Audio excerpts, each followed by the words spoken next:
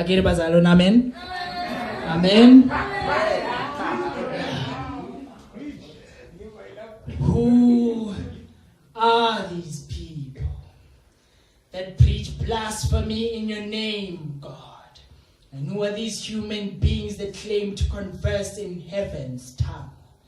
And who are these finger-pointing saints that imply to be crowned with halos? And who are they to ordain themselves righteous that provoke faith and play with hope?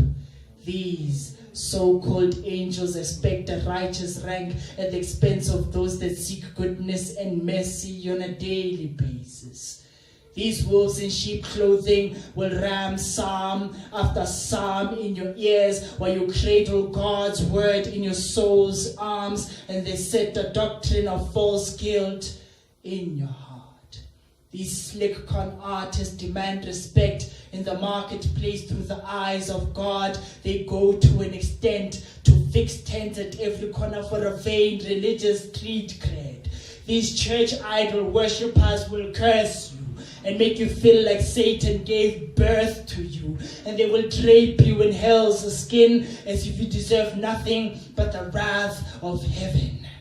These pagan gods play as God and act like they can turn water into wine at any given time, recruiting every Shadrach, Meshach, and Abednego to fill Sunday benches just to boast and show off their spiritual epileptic fits.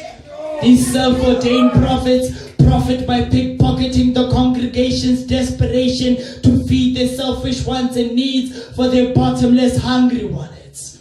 These supermen with Bible verses as an S on their chests compete with Jesus to be the better hero by trying to save everyone, especially those damsels in spiritual distress.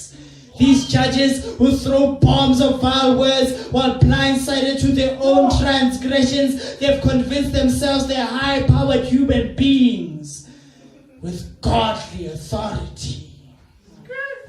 Let us open our third eyes and realize we are plotting against our souls. For children who are pompous about God simply smile with a serpent behind closed doors. Those that judge others will condemn themselves, God never appointed anybody to shortlist anyone as the chosen few. For we are common folks that seek God and heaven for solace however possible.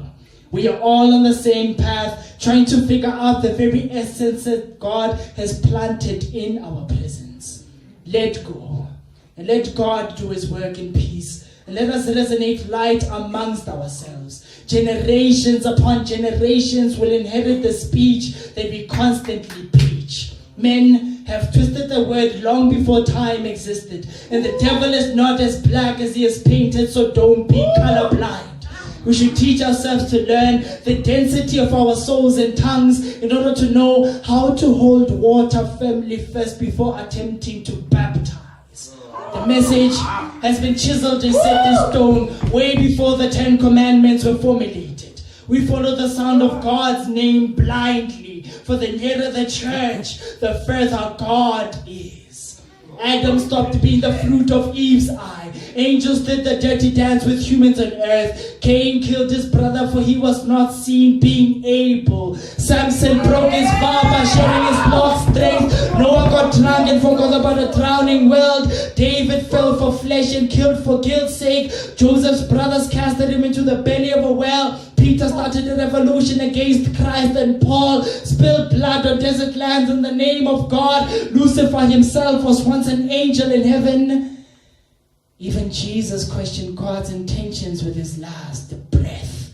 So sin to us is as close as life and death is. In order to be right, we need to be wrong first.